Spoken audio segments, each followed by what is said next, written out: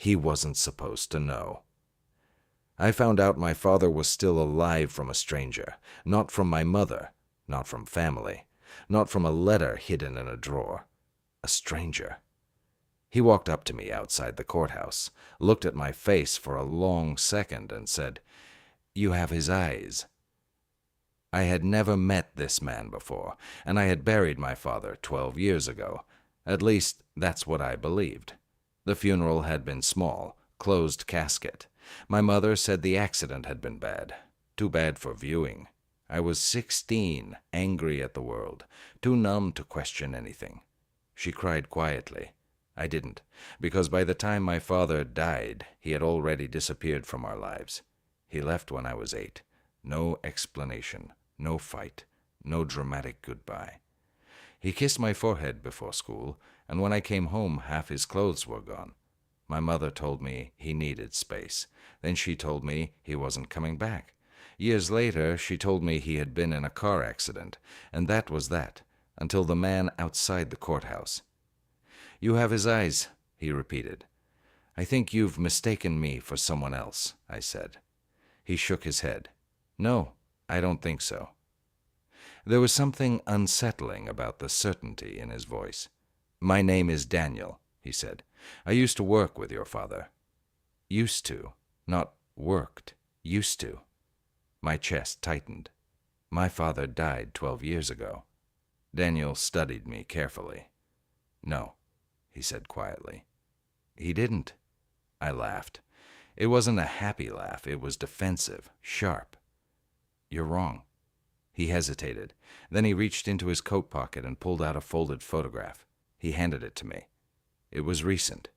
I knew it was recent because the building behind him in the photo had been constructed 5 years ago, and the man standing in front of it. Older, thinner, grayer, but unmistakably him. My father. I didn't call my mother right away. I sat in my car for almost an hour staring at that picture. My hands were shaking.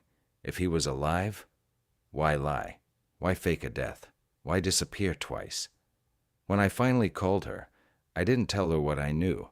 I just asked, "Were you at the hospital when he died?" There was a pause. Too long. "Yes," she said. Another lie. I heard it in the silence between her words. That night, I drove to her house unannounced. She opened the door, surprised. "You look pale," she said. "I met someone today." Her hand tightened on the door handle. "Who?" "Daniel." The color drained from her face, and in that moment, before she said a single word, I knew. She let me in without speaking. We sat at the kitchen table, the same kitchen table where she told me my father was dead. "Tell me the truth," I said. She didn't cry, not this time. She looked tired. "He didn't die," she whispered. I nodded slowly. "I know." The story came out in fragments. My father hadn't left because he didn't love us. He left because he owed money. Not small money. The kind of money that doesn't come with polite reminders. He got involved in something he thought he could control. He couldn't. When the threat started, he made a choice. Disappear. My mother helped him stage the accident. Closed casket. Quick burial. No questions. Protection. For me. "You lied to me for 12 years, I said. "I saved your life," she replied. "I didn't know what to feel. Anger, gratitude, betrayal. You let me hate him." Her voice cracked.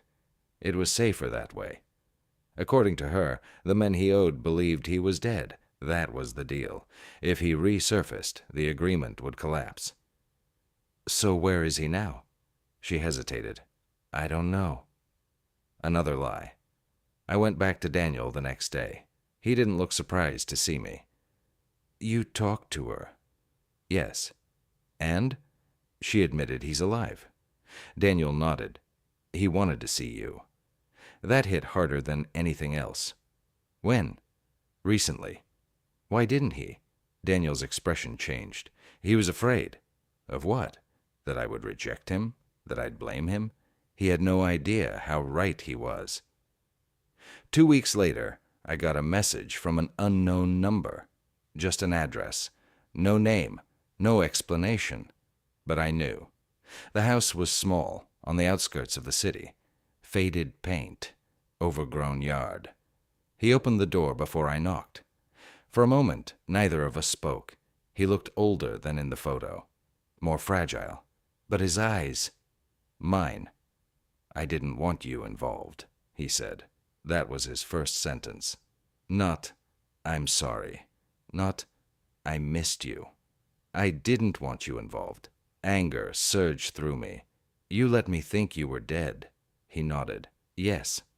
"You let me grow up without a father." "Yes." "You let me hate you." His jaw tightened. "Yes." There was no defense, no excuses, just acceptance. He explained the rest.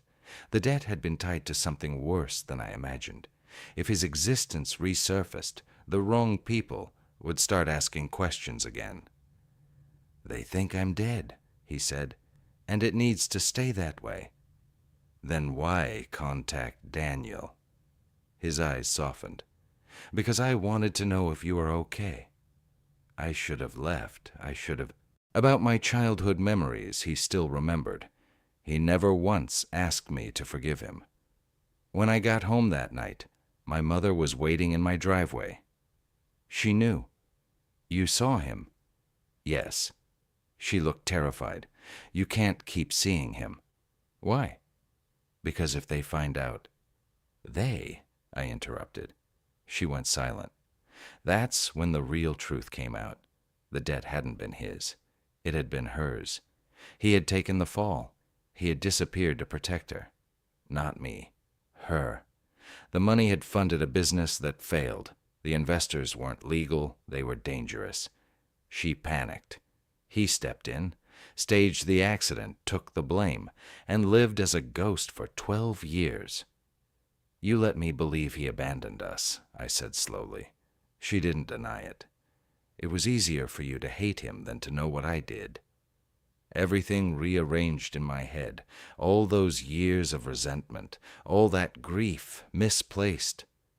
I went back to the small house the next day. It was empty, door open, furniture gone. No sign he had ever been there. Daniel wouldn't answer my calls. My mother claimed she didn't know anything. But I knew. He had disappeared again. This time, not because he chose to.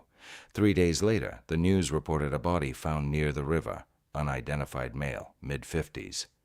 I didn't go. I couldn't. A week after that, I received an envelope. No return address. Inside was a letter, his handwriting.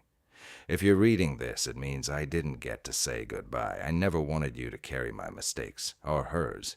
You deserved a normal life. I chose the only way I knew how to give you one. Don't hate her, and don't look for me. Live. There was one more thing in the envelope. A bank receipt. Account in my name. Enough money to erase my student loans, my mortgage, everything. My mother never admitted what happened, but she stopped sleeping at night. I could see it in her eyes. Guilt ages people faster than time. I don't know if the body in the river was him. Maybe it was. Maybe it wasn't. Maybe he disappeared again, for good. But I do know this. For 12 years, I hated a man who was trying to protect the wrong person. And for 12 years, I loved the person who destroyed us. If you ask me whether I forgive him, I do. If you ask me whether I forgive her, I don't know. Sometimes the truth doesn't set you free. Sometimes it just rearranges who you blame. And sometimes the person who was never supposed to know finds out everything.